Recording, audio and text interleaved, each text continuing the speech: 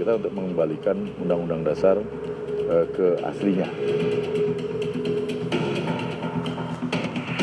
Banyak perubahan yang tentu rakyat belum tentu setuju. Contohnya presiden dipilih oleh MPR lagi. Karena lembaga tertinggi kan, rakyat setuju diambil lagi haknya untuk pilihan langsung.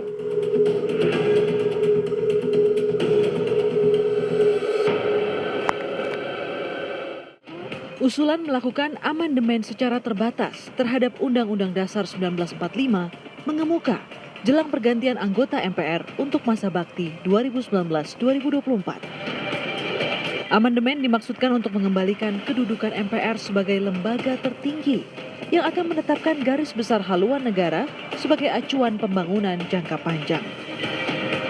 Usulan ini ditanggapi dengan beragam tanggapan dan penolakan.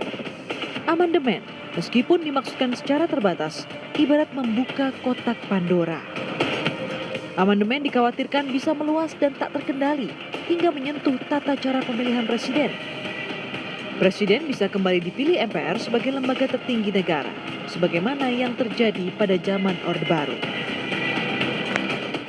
Lantas, apa sebenarnya yang disasar dari rencana melakukan amandemen Undang-Undang Dasar 1945?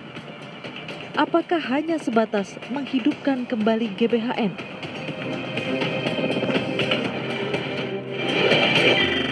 Itu konyol. Nih, saya terangin kekonyolannya ya.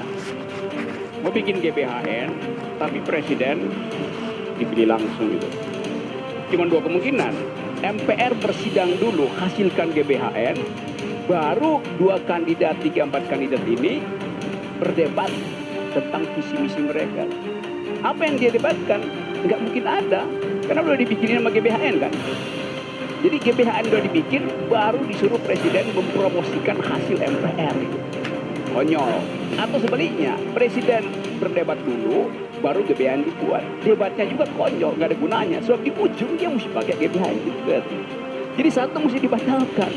Kalau pakai GBHN, hilangkan pemilihan langsung. Cuman itu problem. Hukumnya, dalam arti misalnya kalau misalnya dalam waktu dulu ya, waktu sebelum amandemen, GBHN itu memang diperlukan karena presiden dipilih oleh MPR, diberikan mandat dalam bentuk GBHN. Nah, kalau dia melanggar, dia bisa diturunkan. Mungkin semua akan ingat dengan kasusnya Gus Dur dulu. Kita sekarang sudah punya sistem yang jauh berbeda.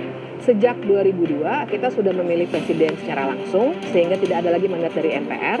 Dan juga presiden tidak bisa dijatuhkan di tengah masa jabatan, melainkan harus melalui proses impeachment ya, kan, kalau misalnya dia melanggar pidana begitu.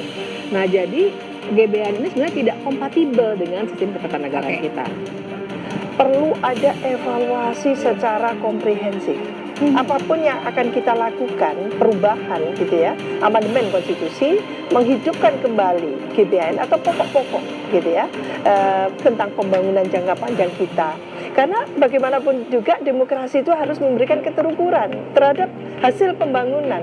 Bukan ganti rezim asal ala kadarnya melakukan pembangunan. Tidak terukur selama ini? Ya, 21 tahun kita melaksanakan demokrasi, tapi lalu kita tidak puas dengan hasil pembangunan yang dilakukan. Karena apa? Terputus-putus.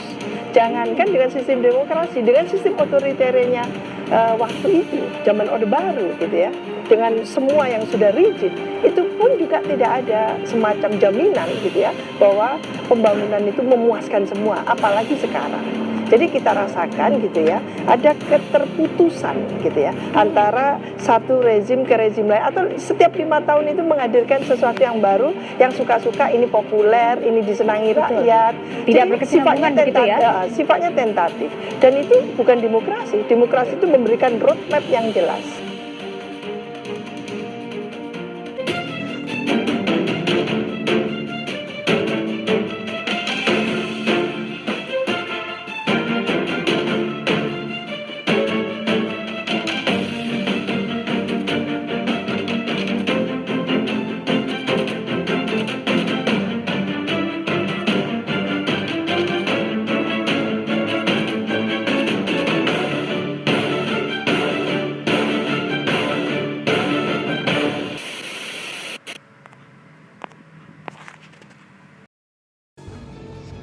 Mewujudkan Indonesia yang berdaulat, dibutuhkan pembangunan dalam setiap lini kehidupan berbangsa dan bernegara.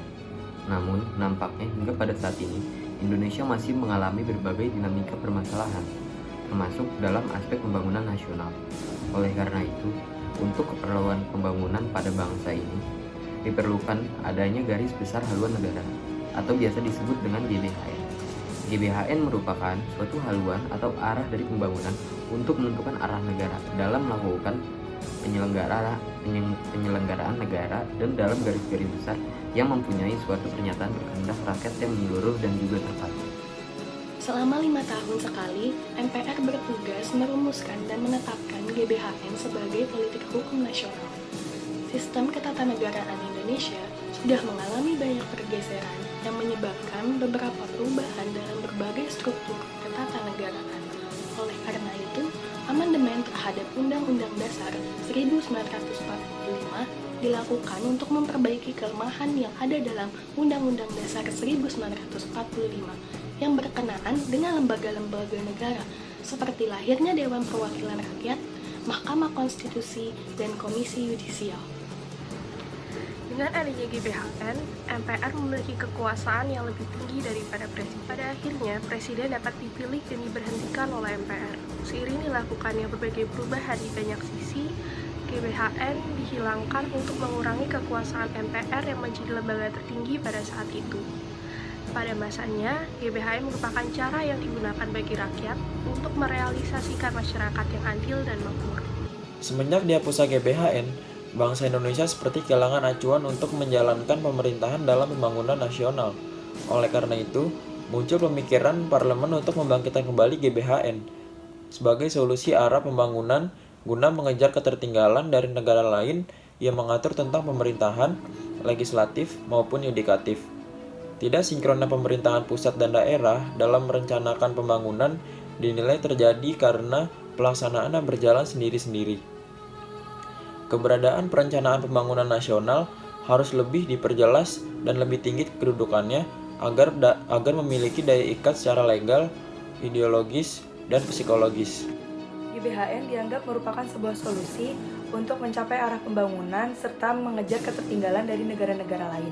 Oleh karena itu, urgensi dihidupkan kembalinya GBHN dalam ketatanegaraan di Indonesia tidak lain merupakan petunjuk arah serta pedoman dalam pembangunan nasional yang ada di Indonesia sehingga pembangunan tersebut dapat terarah dengan jelas. Pembangunan negara secara berkelanjutan untuk mencapai tujuan masa depan merupakan hal yang begitu penting. Maka dibutuhkanlah suatu perencanaan yang baik dan matang, sehingga seluruh komponen bangsa dapat berkomitmen dalam membangun dan mencapai tujuan bersama yang telah ditetapkan. GBHN harus disusun berdasarkan ide-ide rakyat yang merupakan karya moral, bukan hanya karya politik. Dengan memuat norma-norma dasar yang mengarah pada cita-cita dan tujuan nasional yang sifatnya memberikan arahan kepada lembaga-lembaga negara, terutama lembaga penyelenggaraan pemerintahan, baik pemerintah pusat maupun pemerintah daerah.